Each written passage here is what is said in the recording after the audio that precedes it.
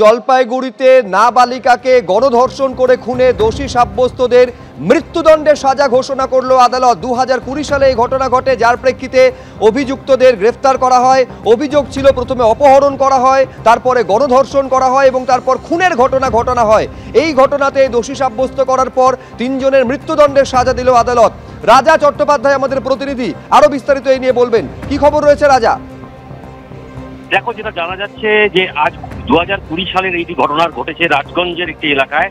আজ জলপাইগুড়ি বিশেষ পক্সো আদালত বিচারক রিন্টু সুরের নির্দেশে কিন্তু আজ 3 জনের ফাঁসির সাজা ঘোষণা হয়, যেটা বিরলতম ঘটনা তুমি বলতে পারো। 3 জনের ফাঁসি একটা ঘটনায় 3 জনের ফাঁসির সাজা হয়েছে। যেটা জানা যাচ্ছে 2020 সালে এই মেয়েটি বাড়ির সামনেই খেলছিল, ঠিক সেই সময় এক ব্যক্তি তাকে অপহরণ করে এবং তার সাথে 2 জন ছিল।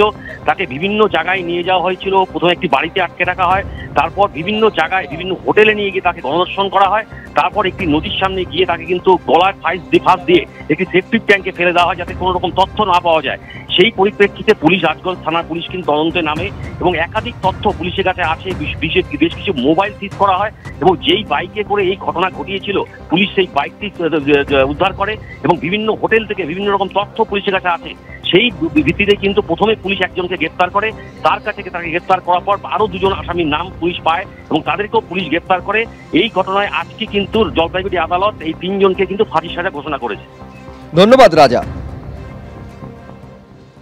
এই কেসে টোটাল 27 জন সাক্ষী তাদের সাক্ষ্য প্রদান করেছেন এবং সাক্ষ্য প্রদান করবার পর মহামান্য আদালত আজকে এই 3 জন আসামিকেই ফাঁসির সাজার ঘোষণা করেছেন। এটা জলপাইগুড়িতে একটা ইতিহাস।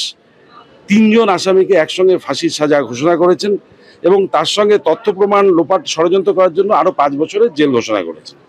এটা বিরল থেকে বিরলতম ঘটনা, কারণ একটি 16 বছরের নাবালিকা মেয়ে যে 10ম শ্রেণীতে পড়াশোনা করতো একটি মাদ্রাসা স্কুলে, তাকে অপহরণ করে নিয়ে যাওয়া, তাকে বারংবার 3 জন মিলে ধর্ষণ করা এবং তাকে হত্যা করে তথ্য প্রমাণ লোপাট করার জন্য পায়খানা সেপ্টিক ট্যাঙ্কের মধ্যে তার বডিটাকে ফেলে দেওয়া, এটা হচ্ছে একটা বিরলতম ঘটনা এবং 3 জনকেই আজকে মহামান্য আদালত ফাঁসির সাজা ঘোষণা। অভিযোগটা দীর্ঘদিনের, সেটা হচ্ছে এই বাজারের মধ্যেই যখন দোকান খোলেন ব্যবসায়ীরা, তার ঠিক পর থেকেই এখানে স্থানীয় কিছু ছেলেরা থাকে যারা কিনা সেখানে মদ খায় বা মদের আসর বসায় 12টা থেকে, অর্থাৎ যখন সে সময় বাজার খোলা থাকে সেই সময় থেকে এই মদের আসর চলে এবং সে নেশার কার্যত একটা কেন্দ্র হয়ে ওঠে দোকানগুলো এবং যা চলে রাত পর্যন্ত। বারবার ব্যবসায়ীদের তরফে এই ব্যাপারে অভিযোগ জানানো হলো, থানার তরফে কোনো রকম ব্যবস্থা নেওয়া হয়নি।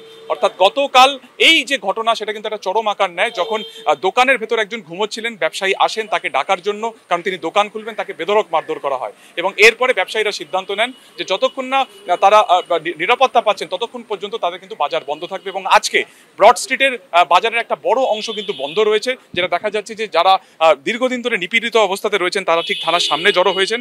যাকে মারধর করা হয়েছে সেই জগদীশ চৌধুরী, তিনি ইতিমধ্যে কমপ্লেন জানাতে কড়িয়া থানাতে এসেছেন, কিন্তু থানার বিরুদ্ধে যেটা অভিযোগ যে এর আগে একাধিকবার লিখিতভাবে কমপ্লেন জানানো হলো, পুলিশের তরফে কিন্তু কোনো রকম ব্যবস্থা নেওয়া হয়নি। এখন কেন ব্যবস্থা নেওয়া হচ্ছে না সেটা নিয়ে কিন্তু উঠছে প্রশ্ন। ক্যামেরা তরুণের সঙ্গে সুকান্ত মুখোপাধ্যায়, এবিপি আনন্দ, কলকাতা।